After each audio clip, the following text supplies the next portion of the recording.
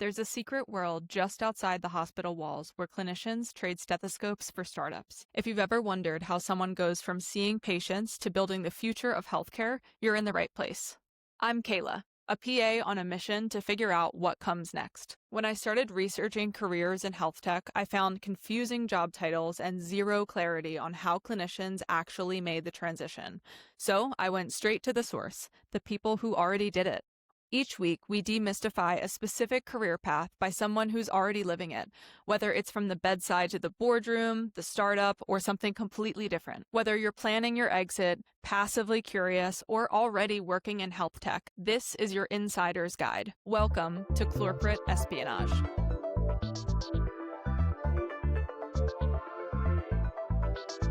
And today I'm totally thrilled to welcome Dr. Rami Wehbi.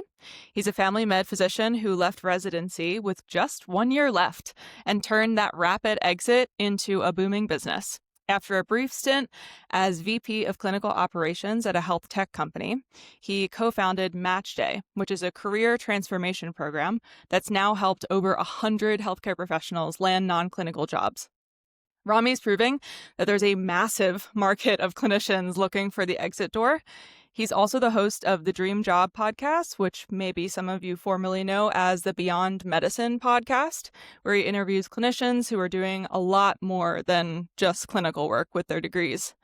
I'm really excited to dig into your story today and open you up to maybe a new audience of listeners to talk about why so many clinicians find themselves at this very roadblock. So welcome, Rami. Thanks so much, Kayla, for the introduction, and thank you for really bringing out my history there. I sometimes forget how far this whole story has come.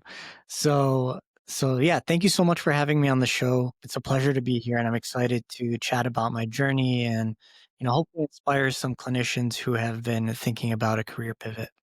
Yeah, thanks. Well, yeah, I'm super excited to have you on. So let's dig right in. I want to give you kind of an opportunity to share your story.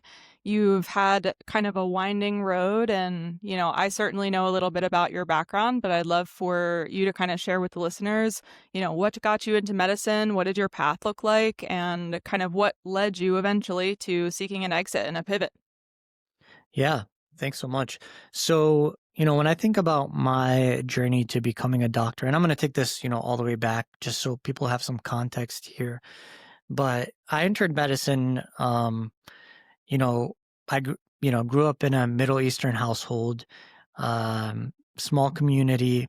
And, when I was growing up, all of the successful people around me were doctors or dentists or lawyers. And, when I was thinking about my career path, I really only kind of thought about the healthcare space. I played sports in high school. I thought sports medicine was cool. I got injured at one point and, started my undergraduate degree, not really knowing what I wanted out of life, but generally just, I thought science was cool. I liked biology, so I went down that path. And I think that's how a lot of people start out their undergraduate careers. And, you don't exactly know like what you want to do, but you start taking the classes at a pretty young age, right? Like about 18, 17, 18 years old for a lot of us. And so I started down that path. Eventually, I came to a crossroads where I was like, I got to pick something. I can't just kind of wing this. And, I met some folks who, some mentors that I really inspired me. One was like a doctor friend. And, at some point I was like, okay, I want to be a doctor. That's kind of like the highest level you can be. That's like the symbol of success. And I like science and I like helping people. And, I just started down that path and I just put my head down. I was just like, I'm just going to study and, you know, um, get good grades and do well on the MCAT and take it from there. And so I did that, took my MCAT, got into medical school and started down the journey. And it wasn't probably like I did really well in my first year. I was really motivated. It was all new. The learning was exciting. And I think that's kind of like what a lot of us like. It's like we're learning something new. And so, I enjoyed that. But it got to a point where, think maybe in my second or third year, I started actually getting into the preclinicals and rotating with the doctors and seeing what it was really like, which I, didn't do enough of probably when I was an undergrad. And I was like really surprised because the doctors that I did preclinicals with were kind of like really stressed out. It felt like they were just kind of like fumbling around in life. Maybe it was just the preceptors that I worked with, but it got me to start asking some questions. I was like, is everybody's life like this? Are they all Yeah. kind of barely keeping their heads above water? Like that's not the lifestyle I picture for myself or what I want for my career. And that was the beginning of that, and really kind of like that little piece of doubt that was instilled in me after seeing that. And so it really sparked my curiosity. Yeah. And I was like, whoa, I got to really think about this. Did more research, started talking to more preceptors, got into more clinics, and I immediately was like, okay, I got to start scratching some things off here. I know I don't want to do this. I don't want to do that. Do I really want to be a surgeon? Do I want to do radiology? And like, you start, I think a lot of med students go through this identity crisis piece where you're like trying to figure out which field or specialty you want to do. And I don't think it's something we talk enough about because radiology is completely different than surgery, which is completely different than dermatology, which is completely different than family medicine. Yeah, no And doubt. so, to pick one, like let's say you went in to become an orthopedic surgeon and you don't get in and then you're stuck doing family medicine. Like those are two completely different things. Do you just have to suck it up and hate your life for the next 30 years because you didn't get into orthopedic surgery? Right. Like that's like a really weird thing to grapple with, and I don't think that's right, but it happens a lot because of course the competitive specialties are very limited. Um, all that to say is, I started really thinking about what I want to do, started looking at people that were happy, and I came across direct primary care doctors. Learned a lot about that model when I was in medical school. I did some shadowing. I worked with a doctor named Dr. Paul Thomas, who really is a spearhead of the movement. And I thought, wow, that's a really cool business model. Maybe, if I ever did practice medicine, I might do that. That's kind of cool. And from there, I just started looking at like, I knew I wasn't going to be a regular doctor. I knew I was going to either start my own DPC model or I was going to just work a non-clinical job. Like I wasn't going to just see patients. I would use my degree for something else. So I knew that in my second year of med school. And then, somewhere along the lines got to the, last 2 years and was really kind of burned out and discouraged. And, I thought about actually just getting my medical degree and dropping out. Mhm. Um, or sorry, like not doing residency and just going into, maybe getting an MBA or doing something else. Ultimately I decided, you know what, it's probably better. I just get some experience, work a little bit, do some residency. And so, I went through that process. And then once I was in residency, it was just really, really hard for me. Like I was not motivated. I was not excited about it. Every day was a drag. And, some parts I did enjoy where like the learning was stimulating, but a lot of it, wasn't. I was in family medicine, so Mm. um, a lot of it Yeah, I you're just, didn't like, in enjoy. the deep end. Right. Yeah. So I know I'm really diving into the backstory here, but I think it gives some good context about, my life and my journey. Um, so, I've talked about this in other podcasts about like what my residency experience was like. I was in a rural program. I ended up transferring out to do a bigger program in Boston, thinking, maybe it was just the program I was at. Maybe that's why I'm not liking this. So went to a new program. It was a lot better, but it didn't really solve the core problem that Yep. this doesn't feel right for me. This isn't what I'm excited about. It's not what I want to be doing. And, um, I was in quite a bit of denial at the time. And, I really didn't want to confront that reality of, I spent all this time training and going to school and here I am, I hate this. And, hate is a strong word, but that's, for transparency's sake, that's how I truly felt. I just did Definitely. not like any bit of it. And I think a lot of people don't like to admit that because of the righteousness and, all of the other things that come along with being a doctor, Yeah. or clinician, any clinician. But, it got to a stage and, I had a really great program director who I'm still close with to this day, who really sat me down and like knew something was wrong and like wasn't right for me and just had a conversation, and I like broke down crying in her, office, talking about how I really felt and how I really didn't enjoy what I was doing and felt stuck and alone and didn't have a way out. And that was the beginning of just kind of like coming to terms with where I was at and what I wanted to do. And um, eventually, not too long after, I realized like I gotta cut this now and I gotta start on a new path. This was during COVID, and l- I had a few other things going on at the time, so I planned this exit strategy, which later completely went to crap, um, which, as things usually go. But it was the right thing at the time. And that set me on my journey. And I've been on this journey now for 5 years. I think that was in 2021. Yeah. So a little over 4 years now. And yeah, here we are now. I run a company called MatchDay. I get to do something I really enjoy. Get to work with some really great people, and we've changed a lot of people's lives over the last few years. Yeah. Thanks for sharing so much of like kind of what happened, the path that you walked.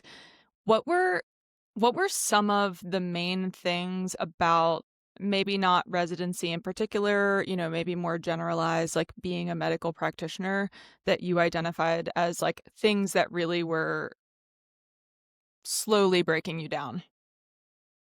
Um, I think it was feeling like I wasn't making a difference for people. That was a big part of it. You know, um, there were certain things I didn't agree with, like guidelines or like do X, Y, and Z. I just kind of felt like I was a glorified guideline prescriber. And, you know, The there guidelines was, that came out 20 years ago. yeah, yeah. Like I went into like my one of the preceptor's offices one day and I had this plan. I was excited about it. And then I got completely crapped shit on.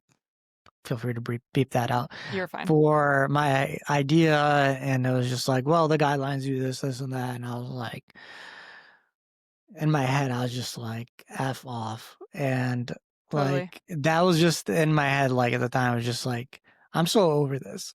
I'm so over all of this. And, you know, unfortunately, it's our own people that do this in healthcare. It's like the ones that, have that righteous kind of, uh, I don't know, ideation of what our careers are or what the profession is. And especially in training when there's a big hierarchy, it's like really toxic. Residency is especially toxic. You really got to suck it up. And anybody who knows me just knows I'm kind of like not that kind of person. Like if my integrity is not in line with something, I'm not gonna just be okay with it. And that really took a toll on me. That was like the biggest burnout piece for me, Yeah. is just I felt like my integrity was just completely being shattered.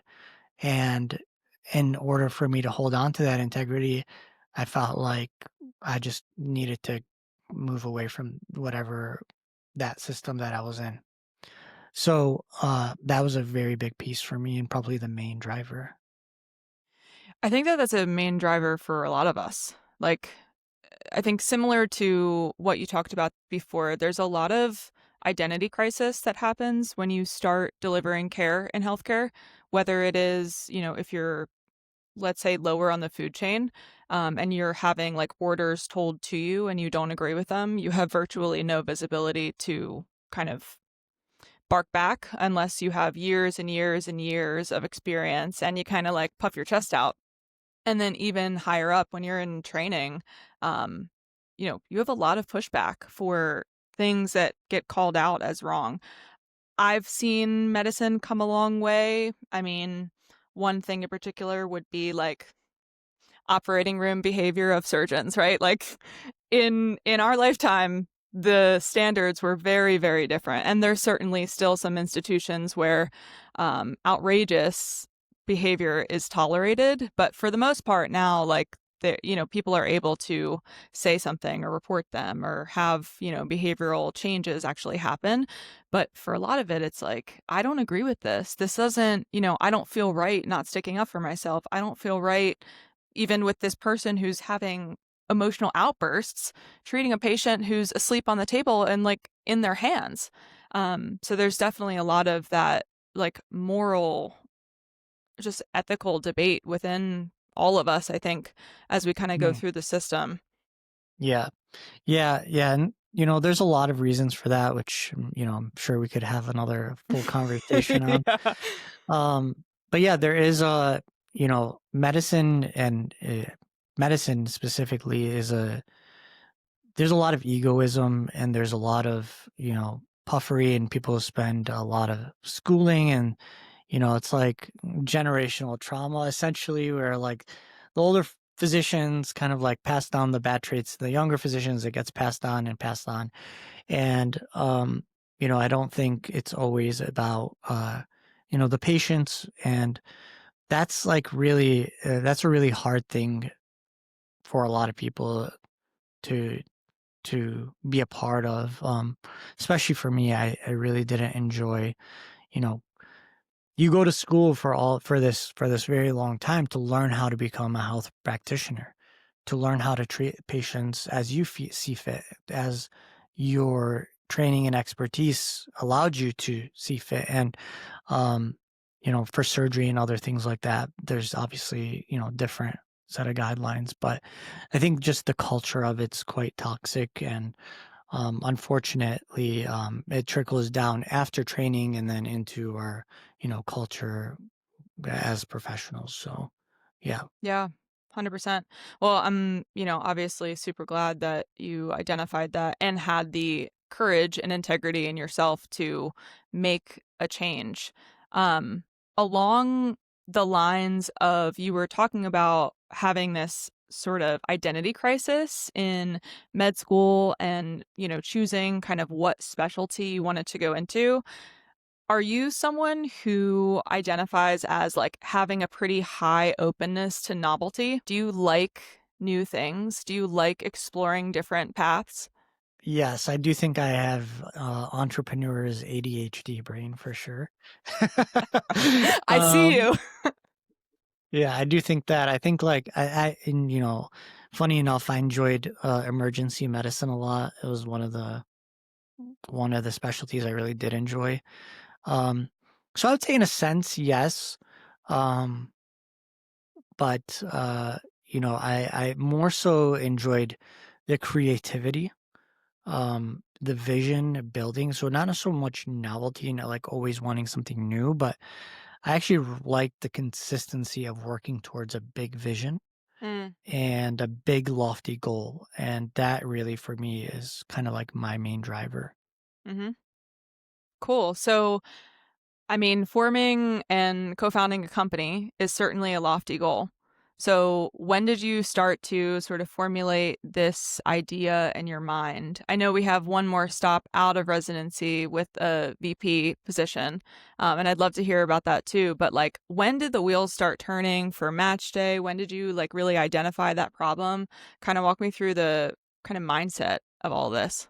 Yeah, so I would say it was, probably all through medical school. In my first year of med school, I started a newsletter that was for pre-med students. I was always kind of like thinking, how can I make some extra cash while also doing something I really enjoy? Then I started the podcast. I was one of the early medical influencers. So I had was doing the Instagram page in 2014. I Oh had my like gosh, 20,000 followers because I was like sharing my journey of being a med student. And so I was like one of maybe 10 influencers at the time. This is crazy, like long totally. ago, and was super early doing this. Man, I feel old saying it now, but like, yeah. In the But yeah. presence of royalty here.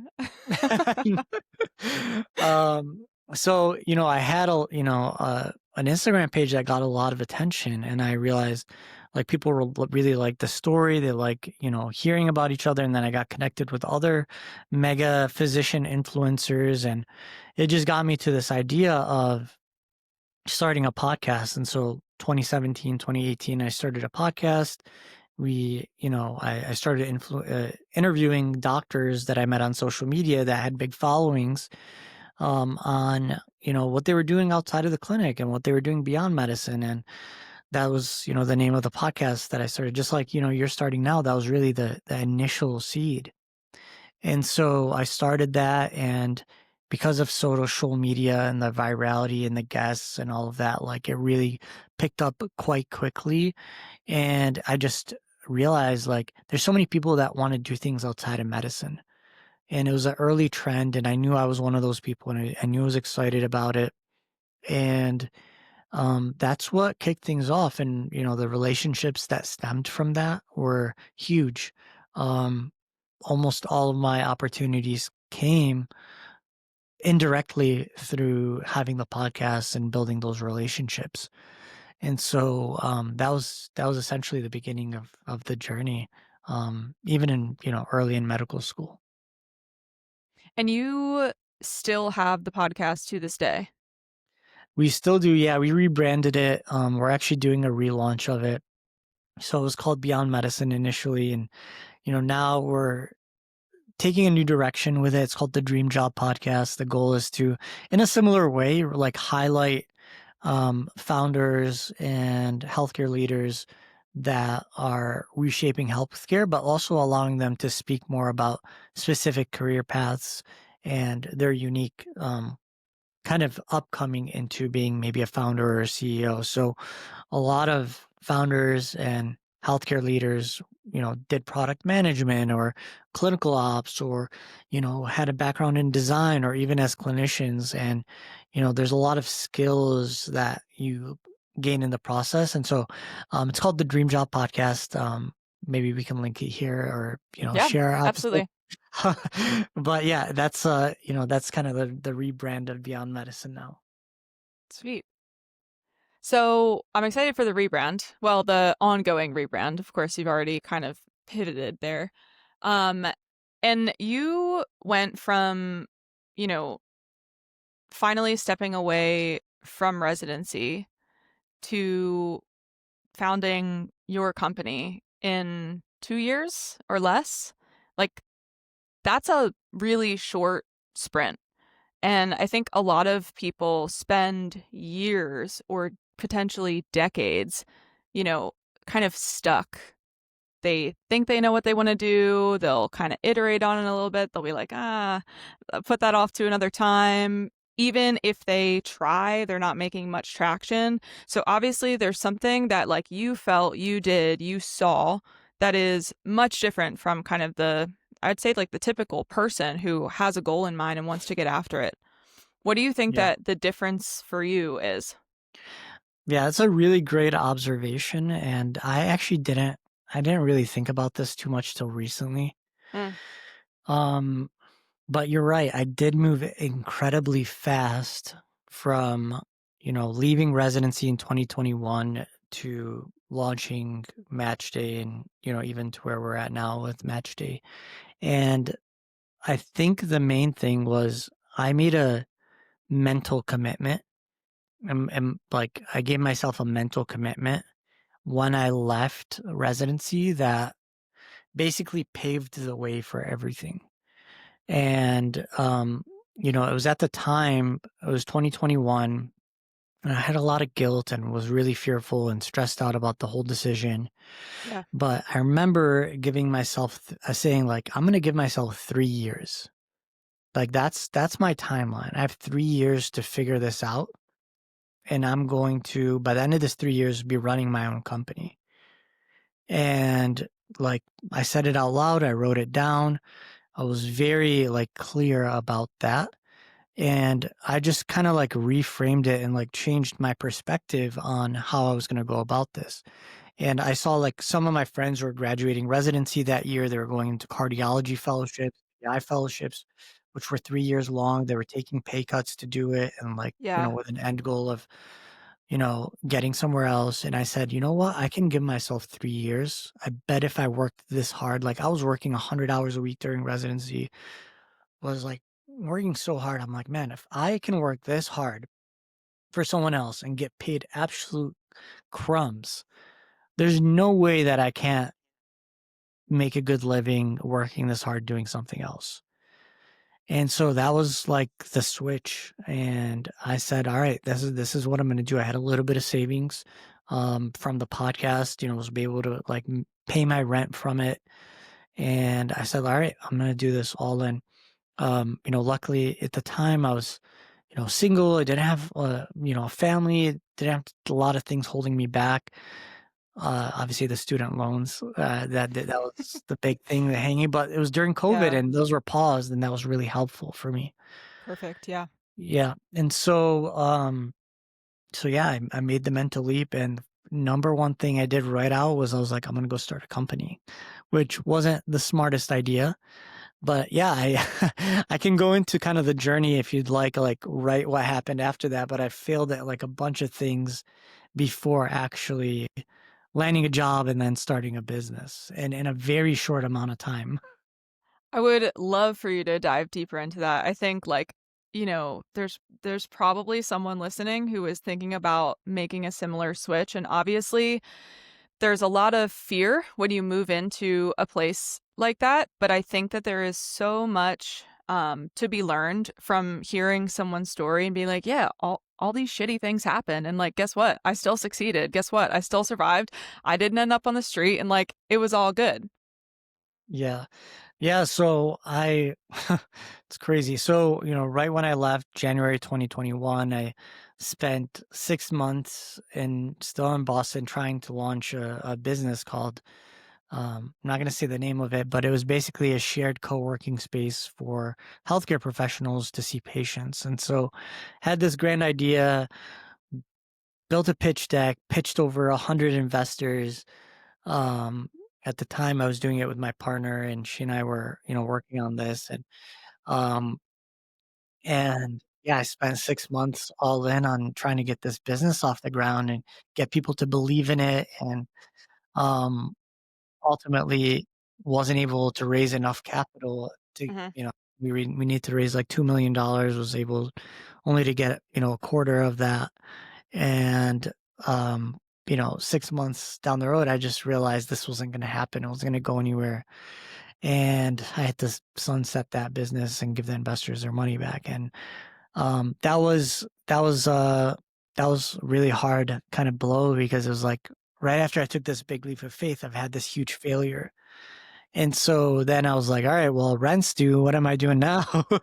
Yeah. So, luckily I was able to get my medical license. So with, being a doctor, after 1 year of residency or 2 years in some states, you're able to get your license. So I'd completed 2 years of residency. So I was able to get my license, moved back to Michigan, started working part-time in an urgent care. And, on the side, I was, building the podcast, going further into that. Then started like doing documentaries. I was like, all right, we're going to do video documentaries and we're going to work with big pharma companies. And so, I landed a big pharma client in Boston and flew back to Boston, went there. We did like this whole production and it was like supposed to be like Anthony Bourdain of, you know, uh, medical science. Okay. And so that was my vision. I was a huge fan of Anthony Bourdain, but I Yeah. wanted to tell stories, of great technologies that were emerging. And so we did this big production. Um, I charged the client a good amount of money, but the production costs were more than the costs that we charged. So like went completely under on that Oh my project. gosh. And that was another huge failure, which cost me a lot of money and time. And, but it was a great learning experience and it was so much fun doing it. And, but just realized like, okay, it wasn't a good business move. So back to the drawing board. Now I'm, back to just doing podcasting and talking to guests and, still going to my part-time urgent care job. And I remember like going into the urgent care like, it was 1 week where I just, like, kinda, like, worked every day because they needed some extra help, and I was getting home at, like, 7 or 8 o'clock, and I was just like, "I'm exhausted. Yeah. I hate this. I just saw 30 patients." Uh, like, the money's great, but I just like, it's not worth how I feel at the end of the day. And I was just like, this isn't why I left residency. Like, if I was wanting to practice medicine, I'd go back and finish residency and do it, like have the board certification, but it wasn't the case. And I was like, I'm just not going to keep doing this. And so, you know, really started to think more about like, okay, what are the opportunities?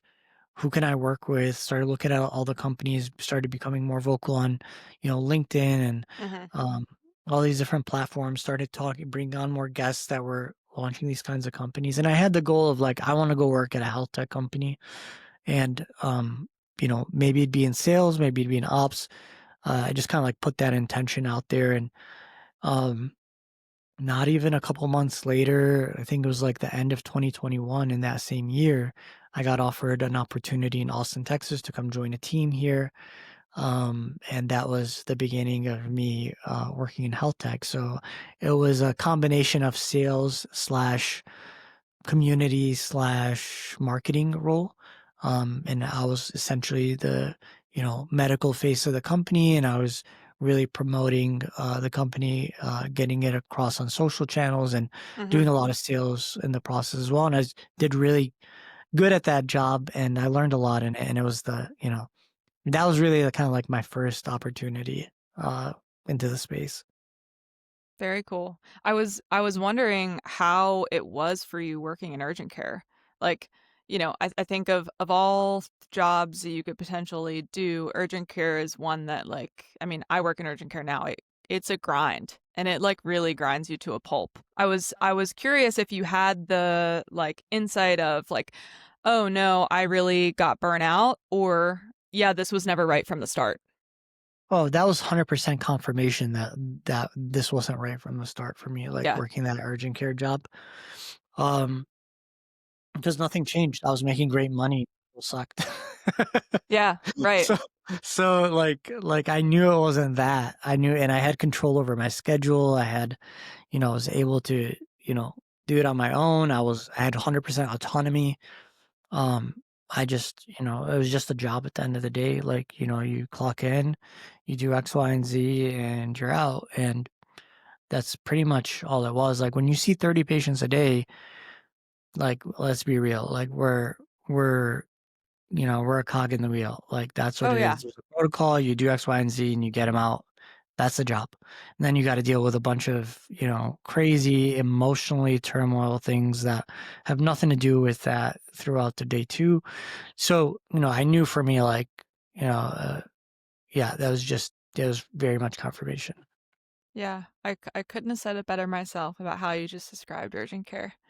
Love it some days, really don't love it other days, you Yeah. know? And once in a while, there's a cool case and, you meet great people and you really do change people's lives in some cases. But, it's kind of like just sprinkled throughout all of the crap.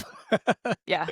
Yeah, it's hard. It's definitely hard. It takes a certain type of person to really, really love it. And I think foundationally, like, I'm lucky in that I have the mentality of like, I really do love medicine. Like, I love practicing medicine. I have felt that in my bones for a very long time. So my wear and tear has been much slower. But it's Yeah. sort of inevitable for everybody.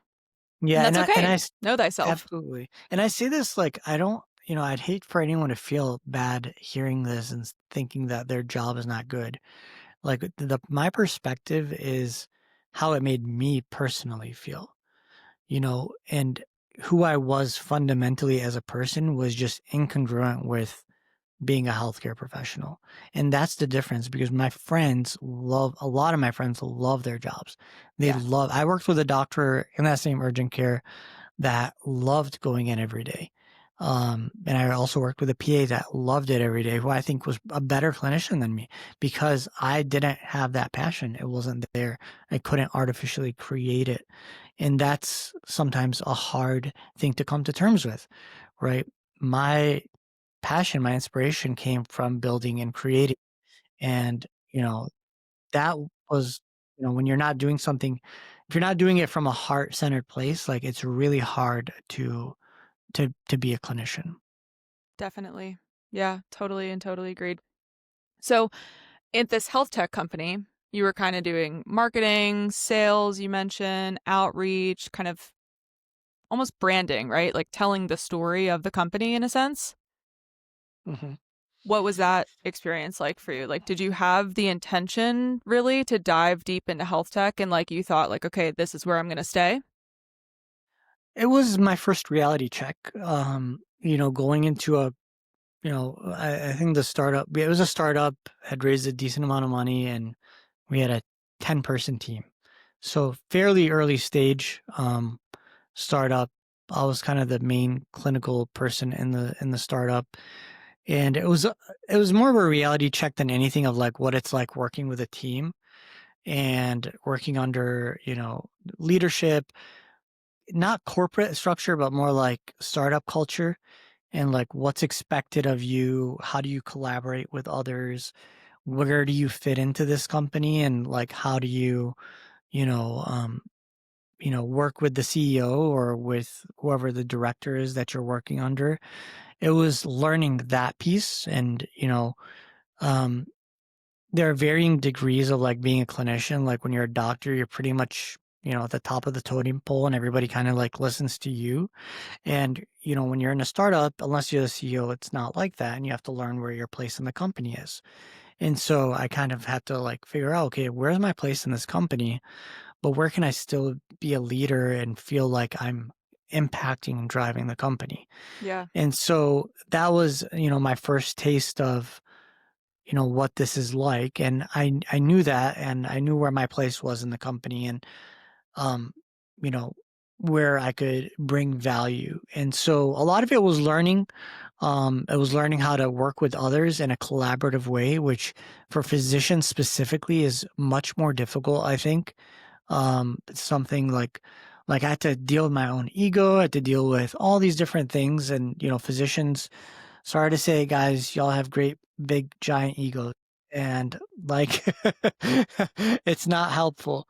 Um, and, when you take a career pivot and you jump into a startup or corporate environment, you have to learn how to keep that in check and learn where you bring value and where your place is in the company. That's a huge reality check. I would say similarly, right? Like that is something that I anticipate if and when I transition to a health tech role, like right now in the urgent care clinic and for all of the years that I've practiced as a PA, I am the top of the totem pole. And like I am someone who I try every day to approach things super humbly and I hope that I don't make mistakes, but when I do, I try to be like, "Oh my God, I messed up." But at the end of the day, like most people aren't questioning what I say, which sometimes is a really scary thing. um, and I know that that reality check is coming of joining a team, being put totally having to adopt a beginner mindset again. And like accepting like, hey, I got to ask a lot of questions. Yeah. Yeah, and I agree. And I think depending on your background, I think there's it's easier to go into certain roles. Like I know that Sure. a lot of nurses and physical therapists and OTs and allied health professionals have a lot easier time moving into these roles because they're already kind of a lot more collaborative. I think PAs and NPs also uh, have a good because like you're used to working in a collaborative environment for the Right. most part. Um, and then the hardest I think is for physicians because of some of that, like the ego and like the training and all that.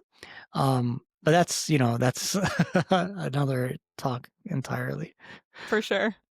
Okay. So you ended up leaving this company and forming Match Day. Um, I want to hear more about your origin story with the company, first of all. So I know that you're a co-founder. So who's your co-founder? And what were kind of the early days like for you? What was, if you're comfortable talking about it, like where did the funding come from? How did Match Day originate in its early days? Yeah, great question. So yeah, so after that first role, I actually did leave that company to go work in another role. I'd met someone in Austin and they had a vision and it was more like a co-founder VP role. So it was pretty early in the company. I was like hire number 3 or 4. And so that was VP of clinical ops. And I, was there for about 8 months. And it was, clinical operations when you're in such an early stage company, it like really doesn't mean much. It means you're basically trying to figure out what clinical business to run. And so we were building an AI startup for front desk operations. And so I did that. And, that was a very important role for me because it showed me the entire early stage process from fundraising to, working with a team, talking with lawyers, doing sales, and, like learning, like really like from the very earliest stages, what that's like, how to organize everything, like how do you work with a team. I learned a lot from the CEO. We were like working very closely together. And so like that kind of like showed me what's under the hood of the car. And I could see like, oh, like this isn't that crazy. Like I could totally do this. Sure. And seeing under the hood of the car and being so close to it gave me the confidence to know I was like, I could 100% do this. And that was like the main benefit. And that's really what I wanted to get out of it. It was like, I want to start a company one day. I want to learn what another startup is like from the earliest stage. Because if I'm going to do this, I kind of want to see what it's like. Yep. And so that was that. While I was doing that, I was starting, I was building my community. So I had Beyond Medicine group at the time. It was still the podcast, and then I'd grown it to a community. And so, in my spare time, in the evenings and on the weekends, I was working on BMG, which was this side company, the community. I grew it to, I think, 300 or 400 paid online members. And then that got to a point where I was like, okay, this is pretty meaningful now. Like I've got something here. Like I'm making pretty consistent income from this. And I was reaching that point where I was like, you know, 3 years is coming up. It's only like a year and a half away. What am I going to do? Like, am I going to continue working for someone else, building someone else's vision, or am I going to take this leap and do what I set out to do? Like, I didn't leave residency for nothing. And so once I got it to the point where I was like, I could pay my rent and pay my bills from my side Mhm. business, I was like, all right, I'm going all in on this. And so I did that. And then from there, I was just like, every week I had to get sales to pay my rent. So, Yep. Yep. so, so that fire, that like kind of like urgency forced me to like really focus and really figure things out and really get good at sales and really get good at like building the thing. And week after week, it just kept growing and it just kept growing and it just kept growing. And it got to the point where I was like, you know what? I think I'm playing kind of small. I think I can play bigger here. I think I can think a little bit bigger. I've got some Yeah. revenue. I'm growing this thing. It's time to bet on myself. I don't want to go work for someone else. I didn't make this move for nothing. It's time to bet on myself. I'm gonna really get serious and go and build something here. And so um after that I called up one of my mentors here in Austin. And his name was Yanni. He was the CEO of a company called I'm Aware, company that raised, I think, over $10 million in funding, grew to a Series A or Series B company. Um, and I said, I got introduced to him through a friend, and I said, hey, like we've been talking for a while. We've been thinking about working together. I was helping him on some things at his company at the time on the side as well. Um, and I was like, look, I have this idea, and I want you to hear me out. Like, what do you think could happen here? And we talked about it. I was like, listen, like, I know you're at a position where you're kind of thinking of your next move. Yeah, based on things he had shared with me, I knew he was kind of like getting ready to leave and start his own next thing. I was like, well, what do you think about this? Would you start this company with me? Like, I've got some traction. I've got some customers. I think it's just a community now, but I think it can be a lot more. And he's like, you know what? All right, go put together a pitch deck, put together a business plan, pitch me like you're pitching an investor. And if you can convince me, I'll join you. I love that. And And that was the start of it. I spent the next 2 weeks. I was like, all right, I gotta really get my like, gotta get my ducks together. I gotta do my research. I gotta put together a pitch deck, and I need to pitch this like he's like I'm pitching Sequoia, and I want him to feel that level of confidence. And so I did that, and we had a call, a Zoom meeting, and I went through the full pitch deck, the vision, where we want to go, how we want to get there, what the TAM is, like everything. And by the end of it, he's like, I'm in. You convinced me. And that was 3 years ago, almost. Yeah. I think that was like April, May of 2023. So that was the start of it. And then, we've been working together ever since. First of all, I just love that, like, you don't get what you don't ask for, right? That's kind of what I am gathering from what you just said. I think a lot of people are afraid to ask, and a lot of people don't remember that the worst thing that someone can say is no. But you never know when you're potentially going to get a really fantastic opportunity from just a conversation based off of a relationship that you've built and nurtured, you know what I mean, over Yeah, time. 100%. And that's exactly right. I think the reason I felt confident saying that is like we had good rapport. Right. We had a decent relationship up until that point. Someone that I'd, known for at least 6 months, that we had talked consistently. And I wasn't just going for a crazy ask. I was like, dude, you know me. You know I'm hungry. You know that I'm ready to go all in. And that's the energy that I had. And I think Yanni knew, like, I think Yanni, and I think he's told me this too, like, I didn't care about your vision or like about the business plan. I was like, I partnered with you because of you. Like, I could see the hunger, I could see the vision you had, I could see like the relentlessness that you had to go and make this. And that's why I wanted to take the bet on you and work with you. Is like that was who I was. Like I was Right. embodying that, and he felt that. And yes, like, you've got to ask for your opportunity. And more importantly than asking for your opportunity is you got to believe in yourself. You have to like have that fire inside of you for something. And you got to, that, when you do have that, whoever you ask, like they're going to hear someone that's like, they want to be on that ride with them. 100%. Well, I think when someone really identifies a mission that they feel so deeply aligned with, it's like breath of fire. It just flows so naturally. And like you said, you can hear it in your voice, you can see it in your face. And if that's truly deeply aligned within you, like it radiates from you. 100%. Yeah. Yeah. Yeah. And just starting a business it's a roller coaster. Like you've gotta really want it. And yeah, like even talk about it now, I remember the feeling that I had back then, which Mm. admittedly I lose sometimes, that same initial hunger when you have first starting something. Totally. So I think, I was looking at your LinkedIn profile and you did a really good job with your bio of kind of being really clear with like your why. I want to read it real quick if that's okay with you. Yeah, absolutely. All right. So it says, we spend 1/3 of our lives at work. That's more than the time we spend with our families, more than we dedicate to our hobbies, and more than we spend sleeping sometimes. Work isn't just a means to an end, it's a significant part of our existence. As a former doctor who experienced burnout, I learned firsthand how profoundly being stuck in an unfulfilling job can affect not only your life, but also the lives of those around you.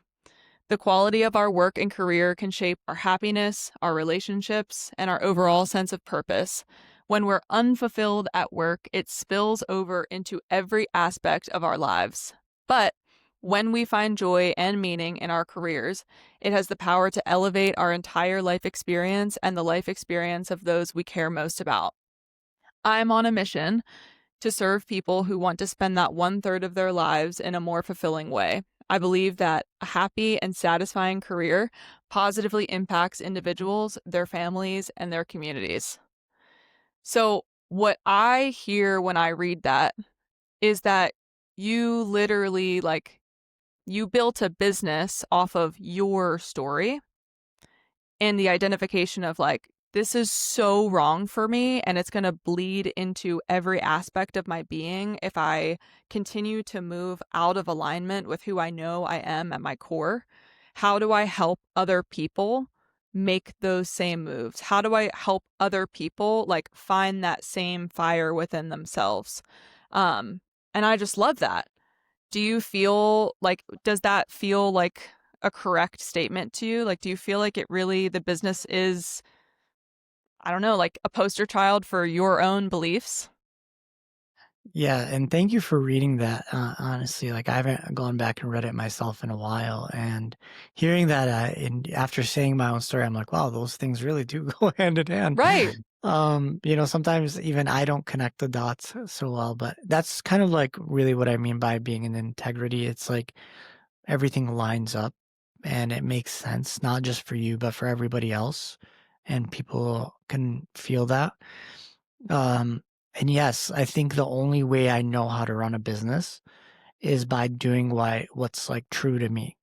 I've made the mistake at points in our business of veering away from that and Mm, not being in integrity and not holding that vision for what I wanted. And every time things have gone wrong when I didn't hold that. And I think that's the best way to build a business. I think it's the most sustainable way. I think it's the most, um, the smartest way because, you won't get burned out. And I think it's the way of the future. I think that founders today, um, are building companies that they're solving for their own problems, for their own issues. I think the model of just building a business for money or just for fame or just for whatever, it's not sustainable. You can do it for a year, you can do it for two, maybe. But if you want to build like a real business, good luck doing that for 5 years or 10 years. It has to really come from a place of like, this is what I, this is my purpose, this is my mission, this is my vision. And for me, it's very important. I'm asking myself this like I'm having an identity crisis on a weekly basis. Because I'm always constantly going back to what are my values? What is my mission? What is my vision? Where do I want to be? How do I want to run this business? How do I want to grow it? And anytime I'm out of that alignment, I don't show up the way I want to show up.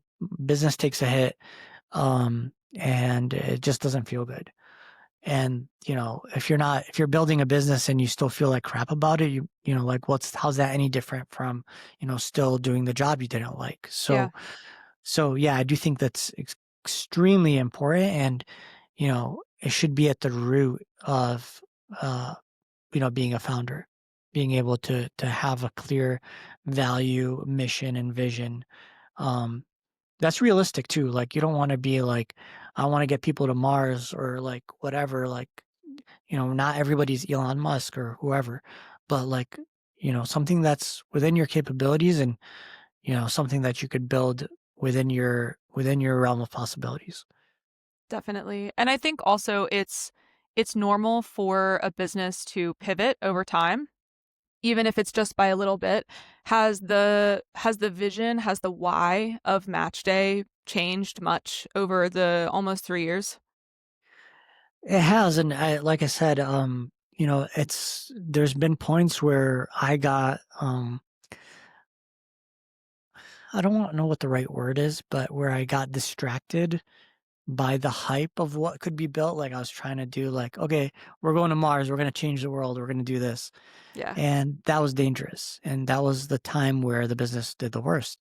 We had initially we wanted to build like Tinder for healthcare jobs or for doctor jobs and make this really easy way to swipe. And like, I thought that was going to solve the issue. And, it didn't take long to realize like we were going down the wrong path and this actually doesn't feel right. And so, yes, we did pivot. And that was my own pivot of coming back to the integrity of who I am and what we're building and what we're trying to do and solving a real problem. Like there's an old saying of like Don't fall in love with the solution, fall in love with the problem. And that is so true for being an entrepreneur. For anybody who's thinking about starting a company, like the number one mistake I see young entrepreneurs make is falling in love with their solution. That's the number one way to just burn a lot of money and like kill your business, because the market doesn't care about your solution. The consumer cares about their problem. And you Mm. got to figure out how to solve that and do it in a way that's in integrity to yourself. So care about your customer more, care about their problem and how you can solve it. So, knowing that that's the way that you approach building your product, can you talk me through if I wanted to get involved with MatchDay? Kind of like, what is the customer journey like? How are you helping clinicians? And also, I guess, kind of feel free. I feel like we've sort of danced around like what MatchDay really, really is. So, Yeah. feel free to illuminate a little bit there as well. Yeah. So my vision for Match Day is to create a healthcare career revolution. And That's a right mic now drop statement. it is a mic drop statement. Match Day right there. Yeah. Um so right now 40% of healthcare professionals are looking to change their careers. They're looking for other jobs or looking outside of direct patient care. That's 3 million people across the United States, maybe more if I'm, not getting my numbers right. But 3 million people are looking for an alternative career.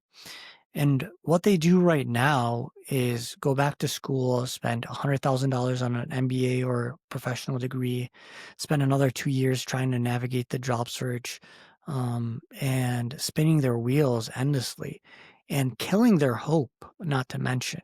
When you go through that much and you're still not successful, people's dreams are being killed and they're feeling like they don't have a way to change or to do something else. And so our mission is to help people through what we call mini fellowships or fellowships designed for career transformation. And so, th- like I said, we fell in love with our problem. People are stuck. They don't have a lot of good options. They're not doing well in the job search piece. And our job is to help you take your existing skills that you already have, that you've developed over years, repurpose those skills, create a roadmap, a direction, a strategy, and build all the remaining gaps that are required so you can get a job.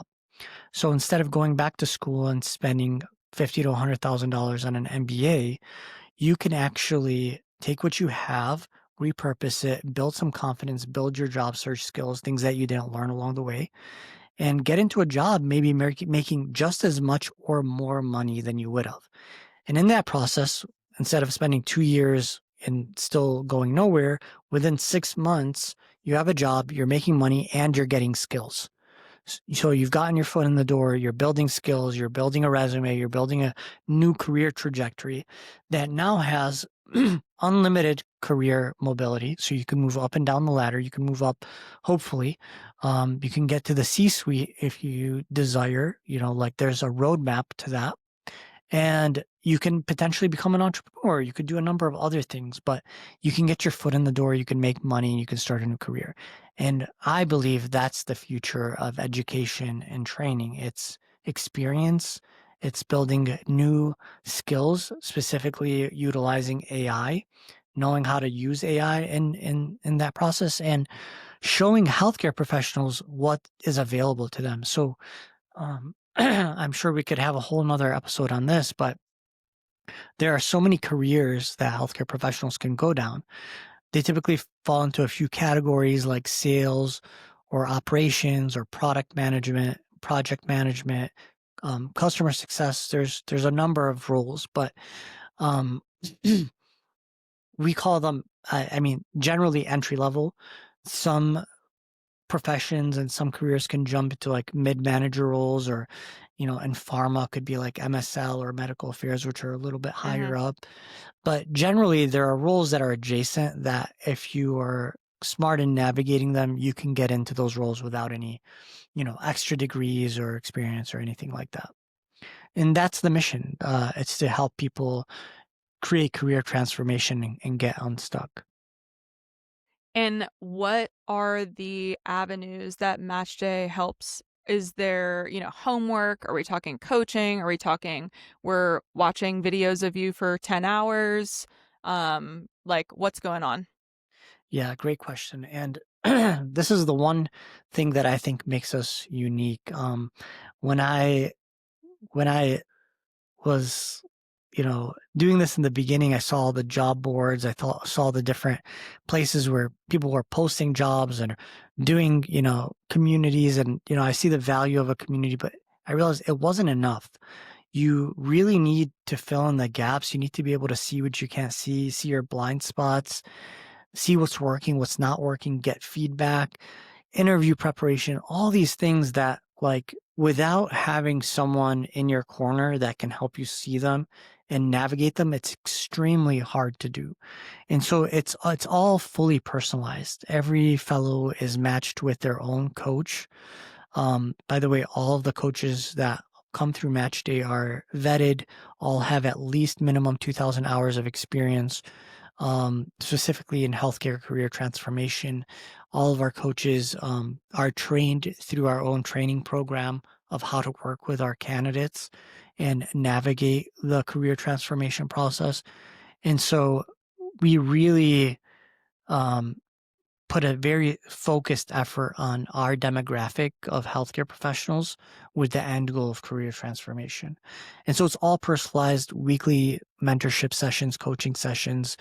There's, certain stages and processes you'll go through in the process, usually starting with kind of that clarity phase of self-discovery, transferable skills, understanding what's out there in the market for you, understanding where your Yeah. skills are, what's possible, roadmap building, going into job search strategy. So that includes building all your assets, whether that's your resume, your LinkedIn, your storyboard, uh, building up your confidence in your story and brand, how to speak about it, how to talk about it in a certain way. There's a lot of practice that goes into that. And then, interview skills, and then even offer negotiation. So we're with you the whole way through. And that's the difference that MatchG is. It's not just like, hey, we're gonna show you how to do it and then go ahead and do it on your own. Like, Yeah. we're gonna do this with you. That's fantastic for people who have felt really, really stuck. That I can 100% see how that would be like such a game changer in the process. Even just like you said, the confidence boost of knowing like I've practiced this. I know this like the, back of my hand. And going into those conversations with the lens of someone who has done their preparation rather than with the lens of someone who's like just kind of fafoing their way through, which, by all means, sometimes that works for people, but the Yeah. preparation goes, I think, a long way. What are some of like if there's one client that you can draw upon a success story, I'd love to like hear an example of someone. Yeah. Y the first one that comes to mind for me is a gentleman. His name is Carlos. He's here in Au met him here in Austin. But he came to us 2 years ago, and actually he's like, "Hey, can we meet for a coffee and chat about, uh, like, working together?" Cool. And so I met him for a coffee, and he was a really, really nice guy. And he was telling me about his career and kind of like where he's at and what he was doing. And he's a clinician working as a, I don't know if I should give too much away about Carlos, but Sure. anyways, HIPAA compliant. yeah. But, he was working as a clinician, was clocking in every day, had been interviewed, applying for 2 years. And he said, Mm, I'm just like not getting anywhere. I don't know what to do. I feel pretty stuck. I'm pretty capped at the salary that I make now, and I'm always like on call. And so he's always having to go into, in and out of the operating room. He wasn't a surgeon, but he worked within that realm. And so I said, hey, like, I think we can really help you. And this is one of our first clients, by the way, when we first started the fellowship. And I think we can really help you and walk you through this and get you to the finish line. And yeah, he joined us, and uh, within I think a couple months, he ended up landing a job, and he was making, I think, like $20,000 more than he was making in his highly intensive job. Yeah. And so, like, for me, that's great because, like, I don't get to talk to all of our clients, like, personally. Yeah. But he was someone that I met in person that I really was kind of connected to his problem and his outcome because I just knew him. And he's just kind of like one of those guys you want to root for. And so, like, that's the one that stands out for me is like, you know, we helped someone change their life. Like, that's going to change the trajectory of his life. And so that's pretty cool. 100%. Do you know if he's still in that same position? He is, yeah. Oh my goodness. Yep. Yeah, and That's I fantastic. think he's got I think he messaged me the other day saying he was getting a raise. So, No yeah. freaking way. Yeah. Ah, that's amazing. That like gives me goosebumps. That's fantastic. Yeah. Yeah, and we have Uh, a lot of stories like this too. It's not just Carlos. But I give credit to our coaches because they're the backbone of our company. And that just like having good coaches that care about our clients, like that's like the number one thing for us. And yep. they go above and beyond to make sure our fellows are really, really well supported. Yeah. So it sounds like you want to put your clients with MatchDay sort of through what I heard you say. You put yourself into like a fellowship. You gave yourself that time period that was like kind of defined. You were like, well, if my coworkers, if my co-residents and co-fellows can eat off of breadcrumbs for a couple years, with this like shiny apple that's way in the future, and really kind of scale it back and like focus and dig down for this period of time, I can too. And it kind of sounds like that's a similar mentality that you're asking your clients to adopt. Yeah. Honestly, I don't think I really connected the dots, but 100%. Yeah, I think that's spot on. I think you need to do that to transform your career. Like Yeah. you need to set an intention to do something and you need to buy into it. Um, and I think that's so important, whether that's, you know, investing money, whether that's investing time, whether it's investing your effort. We don't value things we don't invest in. And that's the thing. A lot of, our program is, frankly not cheap. It's more expensive and it's like that for a reason. But one of the key things is when people put their money where their mouth is and they take a step forward, you are telling yourself something. You are telling yourself, I believe in myself. I'm going to make this happen and I'm going to make this commitment. And you like for a real transformation, you sometimes need to have a fire under your butt. You need to have that mental switch go off. Whereas like it's game time. Like there's you know we really push our fellows to get across the finish line within 6 months. And it's like that for a reason. Like there's I don't remember the theory about this, but pretty much uh gas fills up a container as much as it's allowed, right? So if you've got a bottle and you fill it up with gas, it'll expand to whatever that volume is. So if you have a really big volume, the gas will expand to that really big volume. If you have a really small volume, the gas will, stay close and fit into that volume. And so you need a container um, to hit your goals. And that is a very, very important piece of the puzzle is like, got 6 months, timer started. Let's go. Yep. And yeah, that's a very important framework and mental unlock for fellows. And it's not just for our fellowship, it's really for anything. I did it pretty much unconsciously at the time where I was like, I'm giving myself 3 years to hit these goals. And I only had to do that once, by the way. I didn't have to keep reminding myself. I was like, it's like a switch. It's like, this is happening in 3 years. I wrote it down. I committed to it. I like took it in, like really took it in, and then I let it go. And that's kind of like the process you've got to take when you set an intention. And I know like there's a lot of people that talk about the spiritual components of this, which I also believe in. Um, it's like the universe gives you what you intend on, and I'm a big believer in setting intention and and uh, you know having the right energy to accomplish something. You have to feel like it's yours already. Right. And so it's important to carry the feeling, but you don't once you do it once, like you should be able to hold that through the journey. Yeah. Hmm.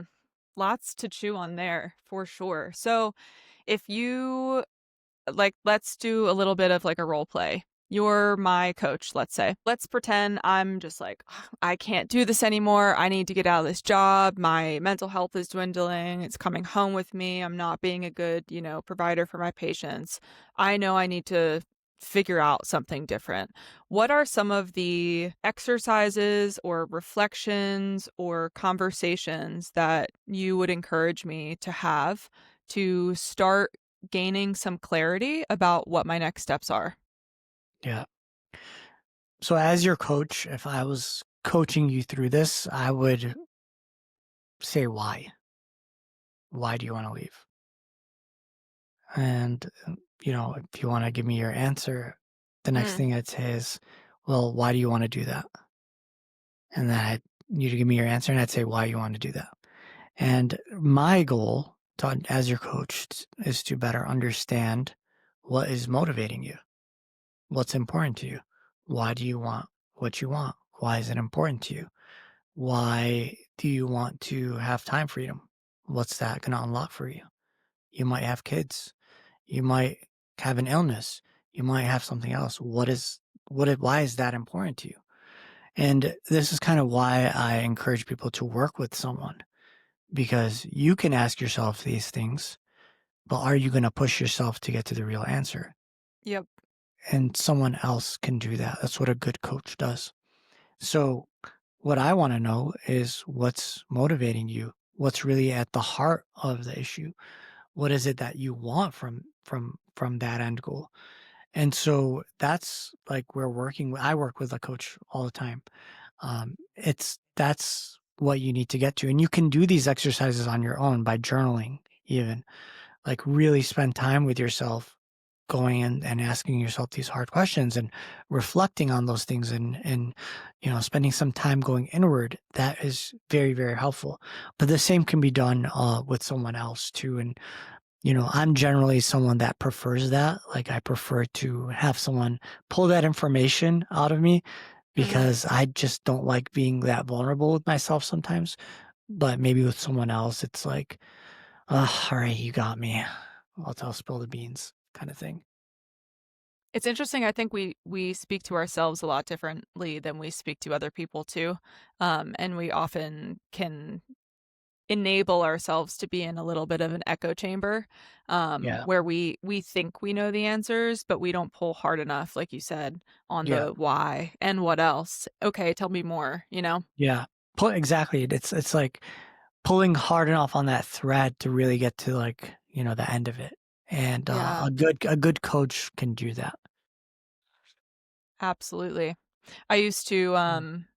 have a coaching role I had for probably a year and a half or so, more focused on teaching PAs like financial literacy 101 who are, drowning in student debt and like have no idea where to go and might have made some not so great decisions with their money. And one of my favorite parts was just like the discovery call of really hearing their story and then trying to pull from them like, okay, and what would it look like if you actually knew where your money was going? Why do you want to pay off your student loans? What is your life maybe going to look like once you get them paid off? Like, what are the pieces of the freedom that mean the most to you?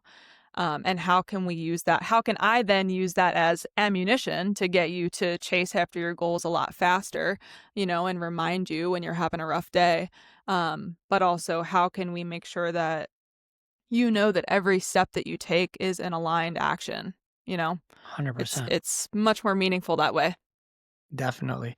Yeah, and I think hearing yourself say it out loud is a very important piece, because until you say it out loud, you don't really there's something about saying it out loud that makes it more clear to you.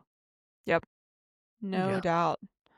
Awesome. Well, we are coming up on our time, which is unbelievable. This conversation was fantastic. I feel like it flew.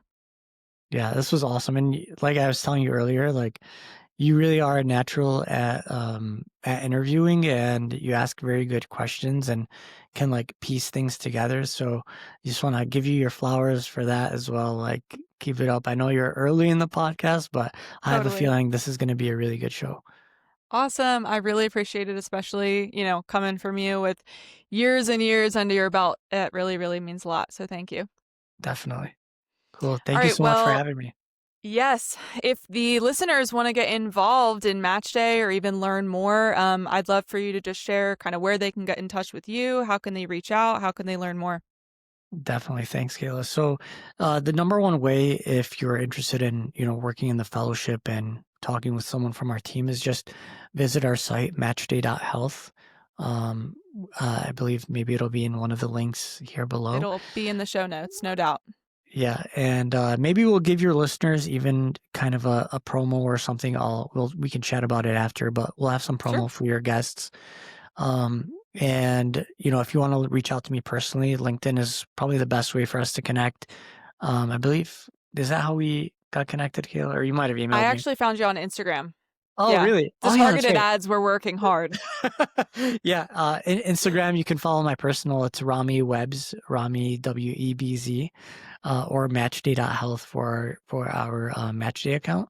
And then LinkedIn's another place I'm pretty active and check pretty frequently. So it's just Rami Wehbi on LinkedIn. Fantastic. And listeners, if you want to get in touch with me, all of my links will be in the show notes. Instagram at its.kla.b and Kayla Bassett on LinkedIn. Rami, thank you so much. I loved hearing about your many, shifts in your mindset, your ability to really like dig down and just grind and get things done. And I've met a lot of people in my life where I just see them letting life pass them by, um, letting, thoughts and dreams exist like they're not important to them. And you are someone who is obviously acting in a way where you believe that you are meant to live a life that is fulfilling and like live a life that is purposeful. So I really, really admire that. And thank you for, being you and continuing to do what you're doing. Thank you so much. That really means a lot, Kayla. And I agree. Like if you're in that place where you're trying to figure out where to go next, you're not stuck. You just need to take one step at a time, put one foot in front of the other, do the work, and be honest with yourself. And you can do some of the exercises we talked about, like journaling or working with a coach.